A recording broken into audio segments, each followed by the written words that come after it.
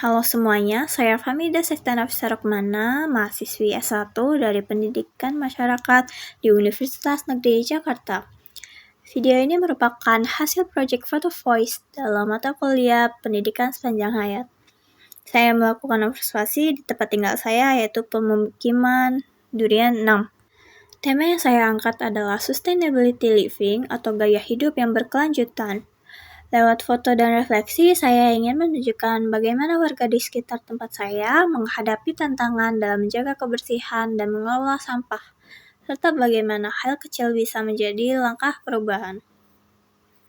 Awalnya, saya sering melihat tumpukan sampah di sudut jalan, karung-karung berisi limbah rumah tangga, serta barang bekas berserakan di depan rumah warga.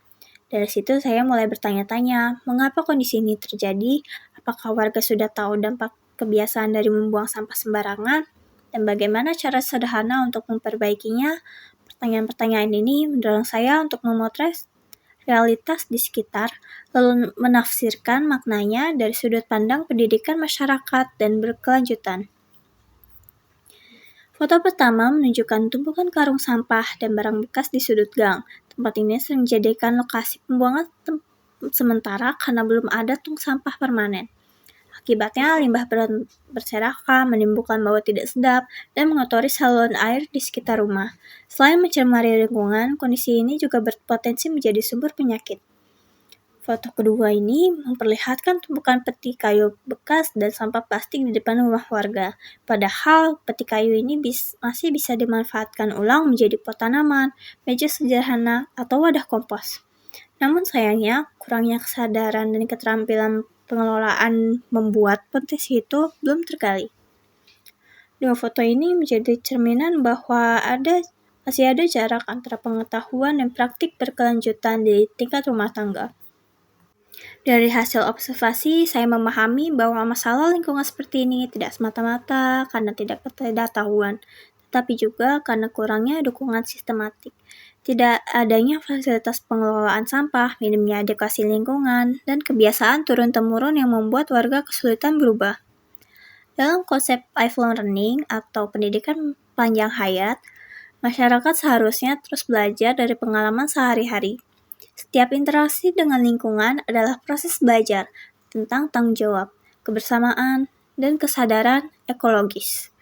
Konsep ekoliterasi juga menekankan pentingnya memahami keterkaitan antara manusia dan alam.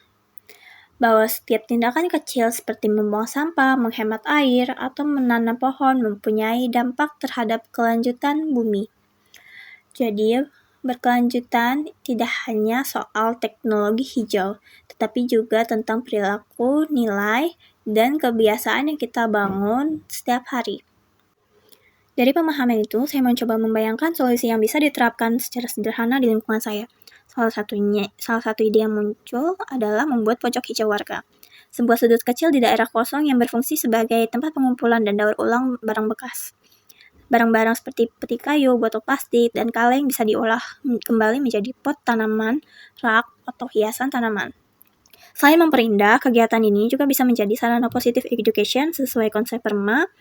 Warga menjadi senang melihat lingkungan bersih, semua warga ikut terlibat dalam kegiatan hijau, gotong royong mempererat hubungan sosial, kegiatan menjaga lingkungan memberi makna hidup, serta warga merasa bangga atas hasil bersama.